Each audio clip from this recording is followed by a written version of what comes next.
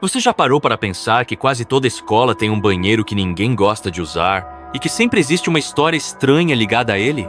Dizem que basta fechar a porta, encarar o espelho e proferir alguns palavrões para algo responder do outro lado. Alguns juram que é só brincadeira de criança. Outros afirmam que viram, ouviram ou sentiram algo que nunca mais conseguiram esquecer. A loira do banheiro atravessou gerações, mudou de forma, de ritual e de aparência, mas nunca desapareceu. E a pergunta que quase ninguém faz é: por que essa lenda continua surgindo nos mesmos lugares, do mesmo jeito, ano após ano? Hoje, você vai descobrir detalhes que quase nunca são contados e talvez passe a olhar esses corredores vazios com outros olhos. Se você gosta de lendas urbanas, relatos sobrenaturais e histórias de terror, você não chegou aqui por acaso. Então já se inscreva no canal, ative o sininho de notificação para não perder os próximos vídeos. E deixe o seu like, pois assim você ajuda o YouTube a mostrar os nossos vídeos para mais pessoas. A origem dessa lenda nos leva muito mais longe do que a maioria imagina, atravessando mais de um século de história. Em meados de 1864, na cidade de Guaratinguetá, interior de São Paulo, nascia Maria Augusta de Oliveira, uma jovem que jamais poderia imaginar que seu nome ecoaria por gerações de forma tão sombria. Filha de Francisco de Assis Oliveira Borges, conhecido como o Visconde de Guaratinguetá, Maria cresceu cercada de privilégios, tradição e expectativas rígidas da elite do século XIX. Sua infância, ao que tudo indica, seguiu o padrão de uma jovem da época. Educação doméstica, comportamento controlado e um futuro já decidido antes mesmo que ela pudesse sonhar com ele. Mas tudo muda quando Maria completa apenas 14 anos. Ainda adolescente, ela é forçada pelo próprio pai a se casar com um homem influente da cidade, o doutor Francisco Antônio Dutra Rodrigues. Naquele período, casamentos precoces eram vistos como normais, quase uma formalidade social. O que ninguém imaginava é que essa decisão marcaria o início de uma história que décadas depois se transformaria em uma das lendas mais perturbadoras do imaginário brasileiro. O grande problema é que aquele casamento nunca foi uma escolha. O homem imposto a Maria era cerca de 20 anos mais velho, alguém que representava status e influência, mas nenhum afeto. Com o passar do tempo, a infelicidade passou a dominar cada detalhe da vida da jovem, transformando o que deveria ser um lar em uma prisão silenciosa. A situação se agravou quando o pai de Maria faleceu. Com a morte do único homem que sustentava aquela união por conveniência, nada mais parecia obrigá-la a permanecer naquele matrimônio sufocante. Ainda assim, Maria resistiu por quase 4 anos, suportando uma vida que não escolheu, enquanto observava atentamente o momento certo de agir. Foi nesse período que ela começou a arquitetar uma fuga. Se antes não havia saída, agora existia uma brecha. Determinada a recomeçar, Maria reuniu discretamente suas joias, tudo o que possuía de valor, e tomou uma decisão extrema. Não fugiria apenas da cidade ou do país, mas do próprio continente. Pouco tempo depois, ela embarcava rumo à Europa. E ao chegar em Paris, sua realidade mudou completamente. Como se uma nova vida estivesse começando longe das amarras do passado. Os registros sobre os anos que Maria passou na Europa são escassos e cheios de lacunas, como se parte da vida dela tivesse sido apagada pelo tempo. Ainda assim, tudo indica que aquela fuga realmente lhe trouxe uma existência mais leve do que a que havia deixado para trás. Há documentos que apontam inclusive a tentativa oficial de anulação do casamento por volta de 1886, quando Maria já tinha 22 anos e deixou claro que não pretendia retornar ao Brasil. A partir desse período, ela parece ter vivido de forma discreta e tranquila até 1891, quando morreu de maneira repentina e cercada de mistério. Maria tinha apenas 27 anos. Jovem demais para um fim tão definitivo. O detalhe que arrepia até hoje é que no exato dia de sua morte no Brasil, as empregadas da antiga mansão da família relataram um fenômeno estranho. Todos os espelhos da casa teriam se quebrado ao mesmo tempo, sem explicação aparente. Para muitos, isso indicava que, mesmo distante, Maria jamais se desligou daquele lugar. Seu espírito parecia permanecer preso à casa. A mãe organizou o traslado do corpo para Guaratinguetá, para que a filha fosse enterrada no jazigo da família. Mas o que ninguém imaginava é que nem mesmo a morte seria capaz de dar descanso àquela jovem. O retorno do corpo de Maria ao Brasil foi marcado por um episódio que só aumentou o mistério em torno de sua história. Durante a longa viagem de volta, o caixão foi violado por ladrões, que levaram não apenas as joias que acompanhavam o corpo, mas também o atestado de óbito. Foi nesse momento que a causa da morte de Maria se perdeu para sempre, abrindo espaço para teorias perturbadoras.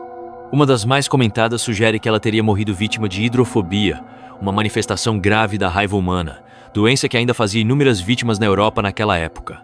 Esse detalhe, mais tarde, ganharia um peso simbólico assustador. Quando o corpo finalmente chegou ao Brasil, a cena era chocante para quem presenciou. Cadáveres não resistem bem ao tempo, muito menos a uma violação descuidada. Sem entrar em descrições explícitas, relatos indicam que os longos cabelos loiros de Maria estavam completamente desordenados, enquanto pedaços de algodão colocados no nariz e nos ouvidos já não cumpriam seu papel, criando uma imagem profundamente perturbadora. Vestida com uma camisola branca, ela parecia menos uma jovem sendo velada e mais a materialização de algo que não deveria ser visto. Quase como se a morte tivesse deixado uma marca que jamais seria apagada. Mesmo após a chegada do corpo, o descanso de Maria continuou sendo adiado. Enquanto o túmulo era preparado no cemitério dos Passos, em Guaratinguetá, a mãe tomou uma decisão que muitos considerariam impensável. Colocou o corpo da filha dentro de uma redoma de vidro, mantida em um dos quartos da antiga casa da família. Foi exatamente ali, segundo relatos antigos, que a lenda teria começado a ganhar forma. Pessoas que frequentavam a residência afirmavam ver algo impossível acontecer. Diziam que Maria aparecia pedindo para sair dali, implorando para ser enterrada, como se estivesse presa entre dois mundos. Ainda assim, a mãe se recusava a permitir o sepultamento, mantendo o corpo exposto mesmo com o túmulo já pronto. Com o passar do tempo, os relatos se tornaram ainda mais perturbadores. Testemunhas garantiam ver a figura de Maria caminhando pela casa durante a noite, atravessando corredores em silêncio e surgindo repetidas vezes no banheiro. Ali, ela abriria torneiras desesperadamente, como se buscasse água para aliviar uma sede insuportável. Foi nesse contexto que ganhou força a teoria da desidratação ligada à hidrofobia, reforçando a ideia de que algo profundamente errado havia acontecido e que Maria ainda não havia conseguido partir. A decisão final só veio depois de algo que abalou profundamente a mãe de Maria. Segundo relatos, ela teve um sonho perturbador, no qual a filha aparecia de forma clara e insistente, fazendo um único pedido, que fosse enterrada de uma vez por todas.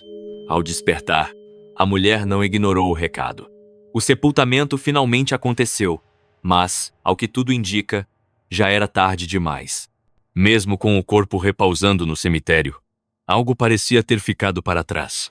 Quase 10 anos depois, em 1902, a família deixou a antiga mansão, que acabou sendo transformada na Escola Estadual Conselheiro Rodrigues Alves.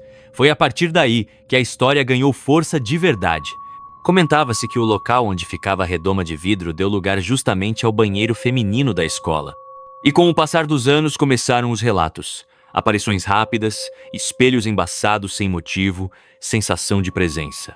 No início, poucos levavam a sério, mas tudo mudou em 1916, quando um incêndio misterioso atingiu a instituição. Ninguém jamais conseguiu explicar como o fogo começou. E, desde então, o nome de Maria passou a ser sussurrado com medo, como se o espírito dela tivesse decidido se manifestar de vez. Mesmo após a reconstrução da escola, os relatos jamais cessaram. Funcionários e estudantes passaram a afirmar que viam a figura de uma jovem loira circulando pelos corredores, principalmente nas proximidades dos banheiros. Sons inexplicáveis, portas que batiam sozinhas e torneiras que se abriam sem que ninguém as tocasse tornaram-se ocorrências frequentes. Muitos diziam que, antes de qualquer manifestação, um detalhe sempre se repetia: um cheiro suave de perfume no ar, como um aviso silencioso de que algo estava prestes a acontecer. Com o passar dos anos, A história ultrapassou os muros daquela escola e se espalhou por todo o país. Cada colégio passou a ter a sua própria versão da loira do banheiro. Ou talvez a mesma presença tenha aprendido a se manifestar em lugares diferentes. O fato é que os rituais atribuídos à invocação desse espírito lembram muito uma antiga lenda americana conhecida como Blood Mary ou Maria Sangrenta, onde basta repetir o nome diante do espelho para que algo responda do outro lado. Coincidência? Ou apenas mais uma peça de um quebra-cabeça que ninguém quer montar até o fim? Com o passar do tempo, a história de Maria Augusta de Oliveira foi ganhando novas camadas, novos detalhes e versões cada vez mais assustadoras. Mas, no meio de tantas variações, talvez o ponto mais importante tenha sido esquecido. Todas as aparições, todos os relatos e todos os fenômenos estranhos convergem para o mesmo gesto. A jovem abrindo torneiras, desesperada, tentando saciar uma sede que não é apenas física, mas algo que parece ter nascido no momento da sua morte. Uma sede que atravessou décadas, paredes, escolas e gerações. Alguns acreditam que Maria ainda procura descanso. Outros dizem que ela nunca foi enterrada da forma certa. Pelo menos, não espiritualmente.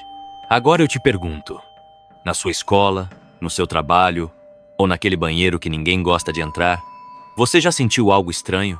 Já percebeu um silêncio pesado demais? Ou um espelho que pareceu te observar de volta? Se você já viveu algo assim, deixa seu relato nos comentários. E se nunca viu, talvez seja melhor assim. Porque às vezes, tudo o que uma lenda precisa para voltar é alguém curioso demais diante de um espelho. Cuidado, muito cuidado.